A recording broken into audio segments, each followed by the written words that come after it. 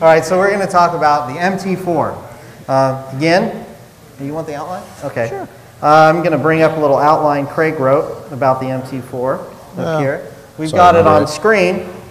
Craig, tell us about the MT4.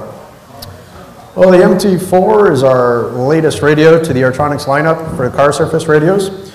The main feature about it that everybody seems to be really interested in is the telemetry on it. It's our first attempt at telemetry.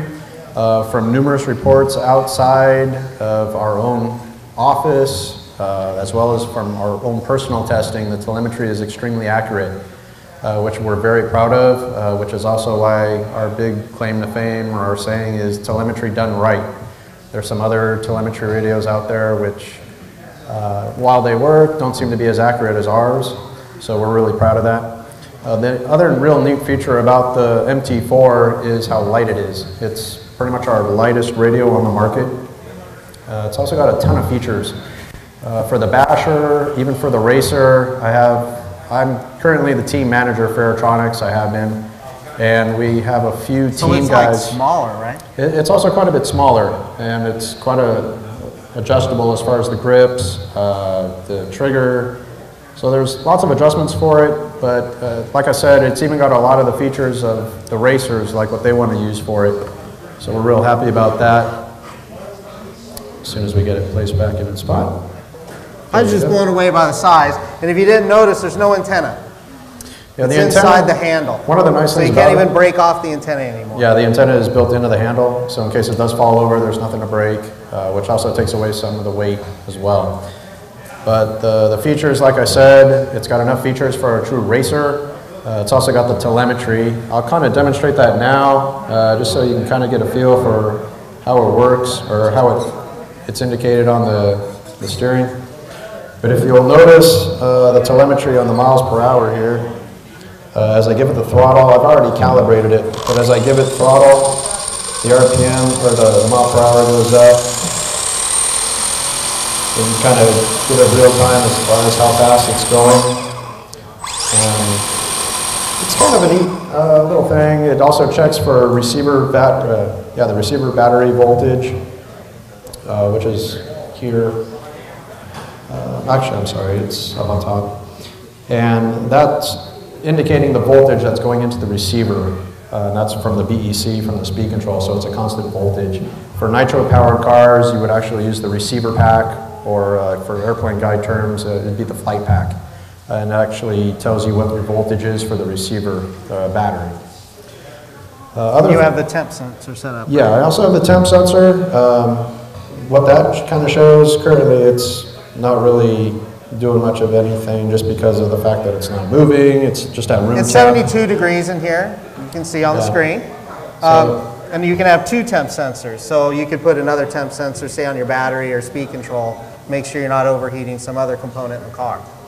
Yeah, true. And then the part of the features about the MT4 is you can have a logging system. So it'll keep a track of the different temperatures at the different times in your run, also different voltages, and you can track lap times, for instance, if you do race with it, and it'll keep a track of your different laps and lap times as well. If you just push a small button every time you come across a start-finish line, it'll keep a track of that. So the MT4, it's just a great radio. It's real easy to use. It's also got a variety of input voltage. You can tell I'm a car guy. Where's that button? Which button? I mean, I'm an airplane guy, not a car guy. So where's the button? This button? You can assign it to pretty much anything you want. So you just push the button, either switch one here. You can also do it by your thumb, make that a little bit easier. I see. That way you don't have to keep pulling your eyes so off. It's you can feel for it. Yeah, as long as you don't. Maybe I should turn it off, yeah. So, it just launches off the table. That'd be cool. We could do that. It's 4 channels, right? Yes, it is 4 channels. Most of the other radios in this category are 3 channels or 2 channels. Correct. Okay. So it's the only 4 that does this. Yeah, a good part of the 4th channel for a lot of guys, and one of the important features about this is it's really convenient for... I wiggled something. What was that? I see. For the crawler guys. There's a lot of crawler guys out there, and this radio has a couple mixing functions as far as whether you're doing a dig system, if you're doing motor on axle, you can do a crawl, And the radio is set up to do that with real simple, easy adjustments to it. And one of the things I was going to say is the battery input, it just uses 4 AA batteries. That's all it uses, which is why it's really so light. However, if you wanted to make it even lighter, you could even go up to a 2-cell LiPo, and it'll accept that as well. A little bit longer run time, or use time, I should say, and the battery voltage doesn't change if you leave the batteries in for a long time. So it's a real great radio. We've got a lot of positive response about it. It comes with a few of the accessories with the radio, such as an optional grip. This one on here is the larger grip that comes with the radio. If you go over to the Airtronics booth, you'll see it's got the smaller grip on it, but the larger grip is laying next to it. It also comes with the sensor wires. It comes with the temp sensor wire. It also comes with the RPM, mile per hour sensor wire, which is built. You can't really see it here on the car, but it's kind of like an orange and brown wire that goes back to the spur gear and also the motor. Actually, you will be able to see it. Right here, that's the motor, well actually the RPM, mile per hour sensor. It needs to be placed really close to the actual item moving. That way you can read it. It's an optic sensor, it's not a Hall sensor. So the optic sensor has to be approximately 1 to 1.2 millimeters away, which is a pretty accurate amount. And then the temp sensor, that's our black wire here leading to the motor area here. But just to be clear, it's not hard to install that. I mean, this is a stock car.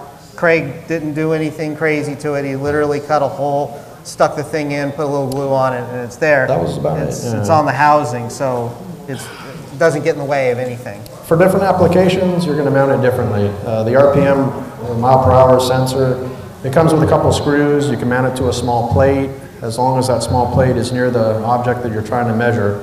So there's a variety of adjustments you could do. You could even shoe glue it.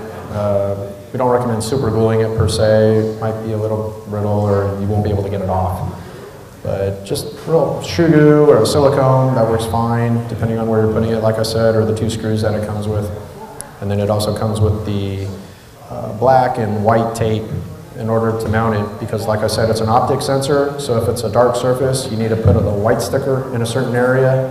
If it's a light object, maybe metal in color, then you want to use a black sticker, and that comes with that, and you just put a little line in there. And so Craig will have the car over in the booth to see if you want to see how it's hooked up. One of the things I like about the MT4 and all the Airtronics radios is they use, regardless of which one you buy, they will use other receivers from Airtronics.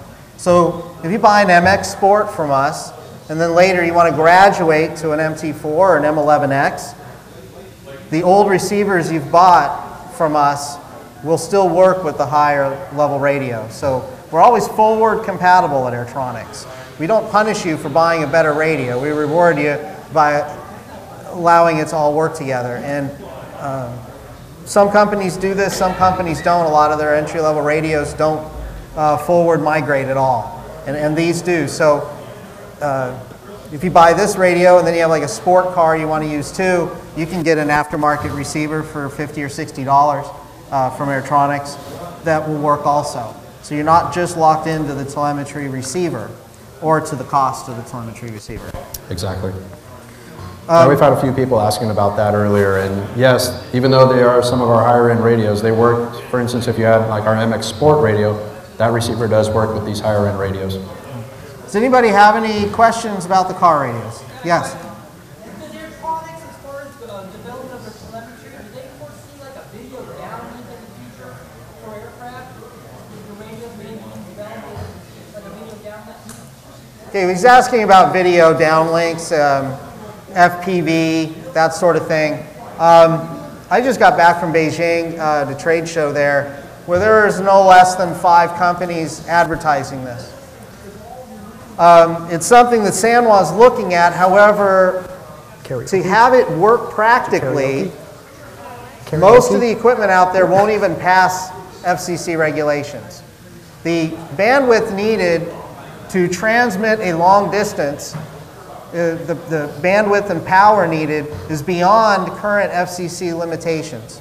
So most of the stuff you see aftermarket is illegal to use here. Now some companies are working on some car stuff that might be a little closer, but the airplane stuff, most of what you see isn't really completely legal, or they've had to get some other license to go with it. It's not something for the consumer market. I'd like to see something like that, although for the most part, what I've seen so far wasn't nearly good enough, or illegal and ridiculously expensive. Not a lot in between. Craig's now showing you the M11X. This is our top-of-the-line radio. This is what all of the top-of-the-line drivers use.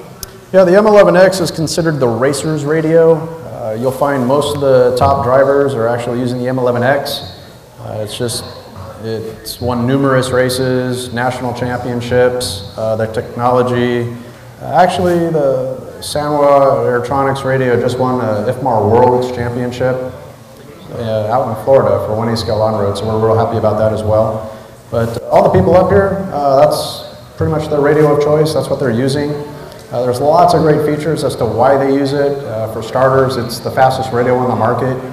With our optional super response receiver, the latency is taken down to 2.5 milliseconds.